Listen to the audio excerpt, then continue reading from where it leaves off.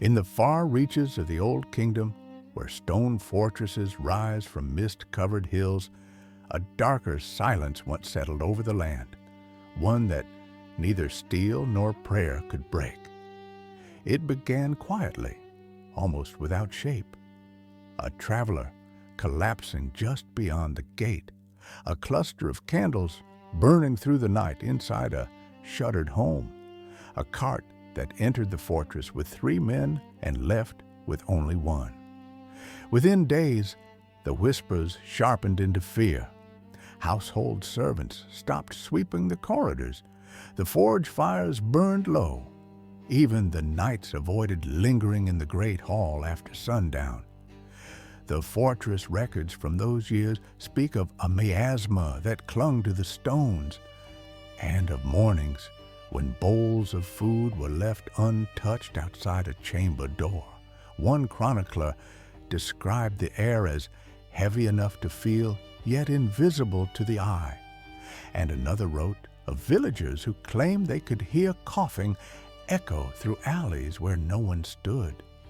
By the time the watchman realized the scale of what was happening, the sickness had already carved its path through markets, workshops, and quiet family homes. And then, as if summoned by the silence itself, a figure appeared, walking deliberately through streets where everyone else kept their distance. Wrapped in long, dark robes and leather gloves, he carried a staff, not for balance, but to mark a boundary between himself and the living. A long beaked mask covered his face, its glass lenses reflecting torchlight like the eyes of a bird. Some believed he was a healer appointed by city authorities. Others whispered that he was an omen, a living reminder of mortality. To frighten villagers, he was many things: protector, intruder, stranger, symbol. Tonight, we step into both the truth and the mythology of the plague doctor, a figure shaped by fear, necessity, and the desperate hope that someone, anyone, might stand between the living and a disease that felt like a curse written across the earth.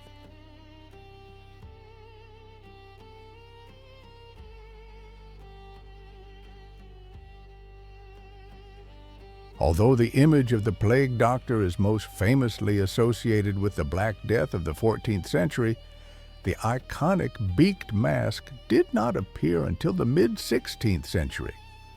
Early plague healers were often just ordinary physicians, or in many rural regions, barber surgeons, sent by city councils to treat the sick and record the dead.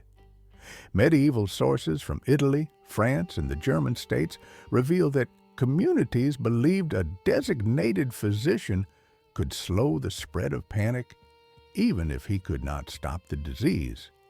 One of the earliest documented plague physicians was Guy de Chauliac, a surgeon in Avignon who described the Black Death of 1348 in precise detail.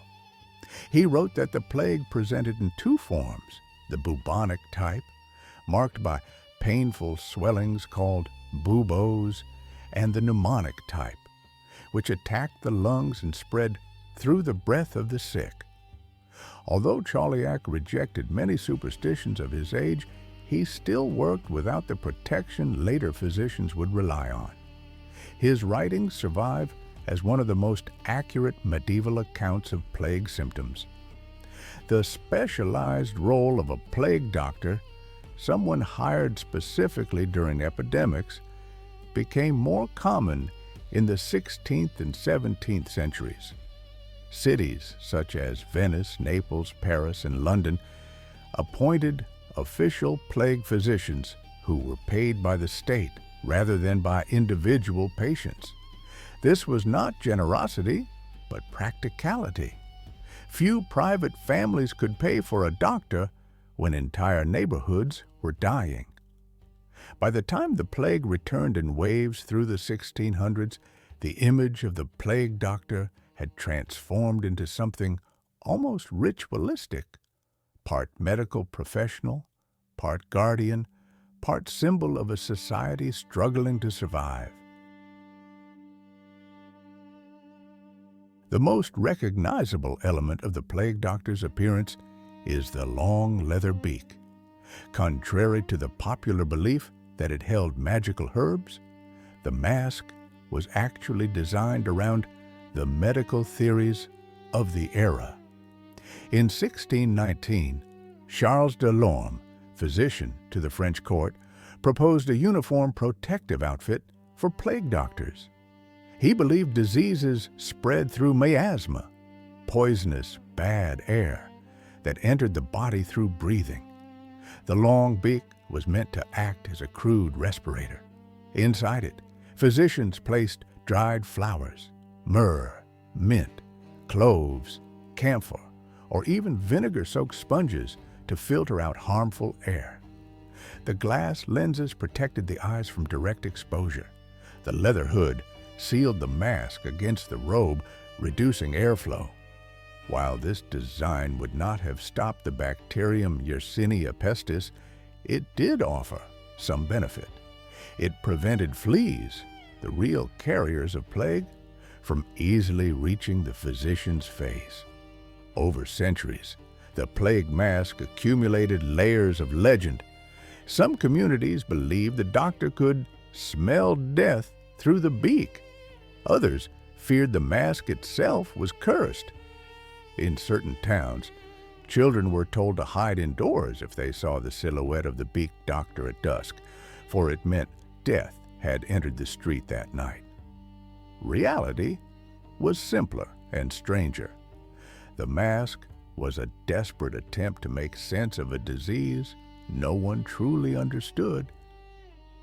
Plague doctors carried an assortment of tools, each reflecting the medical theories of their time. The staff used to examine patients from a distance or instruct them without touching. Some doctors used it to lift clothing or point to swelling. The waxed robe, a long garment coated with wax or oils to repel bodily fluids. Although not sterile by modern standards, it offered minimal protection against contamination. Leather gloves and boots, designed to prevent contact with infected buboes or contaminated surfaces. The wide-brimmed hat, a symbol of their medical profession, but also another protective layer against airborne vapors. Pomanders and herb pouches. These objects were filled with strong scents, believed to repel miasma. Their use was widespread across Europe. Medical treatments were limited. Many plague doctors attempted bloodletting, herbal ointments, or poultices applied to buboes. Others recommended fumigating homes with rosemary, juniper, or vinegar vapors. Despite flawed theories, some practices helped indirectly. Quarantines, for example, slowed transmission. Their responsibilities extended beyond medicine. Historical records from Venice, Gdansk, and Paris show plague doctors also recorded deaths, documented wills for the dying, inspected infected households, reported outbreak severity to city councils. They were, in many ways, both physicians and bureaucrats, keepers of the final records of a collapsing community. The popular image of the plague doctor often shows him as an isolated wanderer walking through empty streets. In truth, his days were structured and exhausting. Morning. At dawn, official plague physicians often began with inspections. They walked through designated districts, marking infected homes and checking on isolated patients. Many wore bells to warn others of their presence. Midday doctors visited households that reported new symptoms. They examined patients through cloths or with long tools, keeping physical distance whenever possible. They documented the number of sick and the progression of symptoms. Afternoon city officials frequently required plague doctors to report data, mortality rates, outbreak patterns, recovery cases, and locations of new infections. Some doctors worked alongside gravediggers, ensuring bodies were handled according to regulations. Night plague doctors were advised not to remain outside after dusk. Many slept in isolated quarters, away from their own families. Letters from the 17th century Venice described these doctors as surrounded by silence even when the city roared with grief. The emotional toll was enormous. Numerous plague doctors died during outbreaks. Others disappeared from records entirely, their final days unaccounted for. Plague doctors worked within the limits of medieval science. They did not understand bacteria, but they recognized patterns. Some observed that crowded homes produced more illness. Others noticed that touching sick patients increased their own risk. These observations helped shape early quarantine systems. A remarkable account from Milan in 1576 notes that city officials created health boards that used plague doctors' observations to enforce isolation and sanitation measures. Their recommendations, avoiding crowds, burning contaminated bedding, and keeping distance, reflect early forms of public health. Despite their limited understanding, plague doctors played a crucial role in the development of epidemiology. Their detailed records of symptoms, transmission, and mortality helped later physicians study the disease with greater accuracy.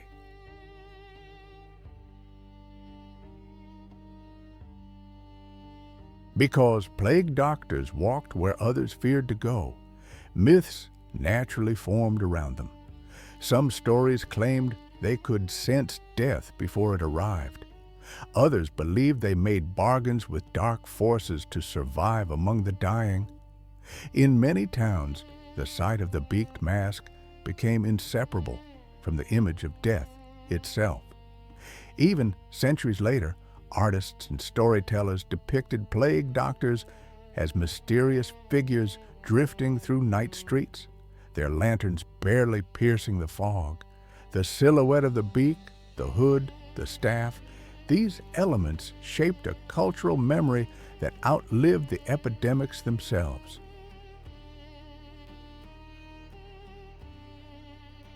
By the early 18th century, plague outbreaks in Europe had diminished, and the figure of the plague doctor gradually disappeared. Yet their influence remains. Quarantine systems used by plague doctors became the foundation for modern isolation protocols. Protective clothing influenced the later development of medical uniforms. Record-keeping practices laid groundwork for public health documentation, and the iconic mask endures as a symbol, misunderstood, haunting, and unforgettable. Though the legends surrounding the plague doctor grew darker with time, the historical truth reveals something far more human. Individuals who walked directly into fear, armed with the limited tools of their age, hoping to understand a disease that reshaped the world.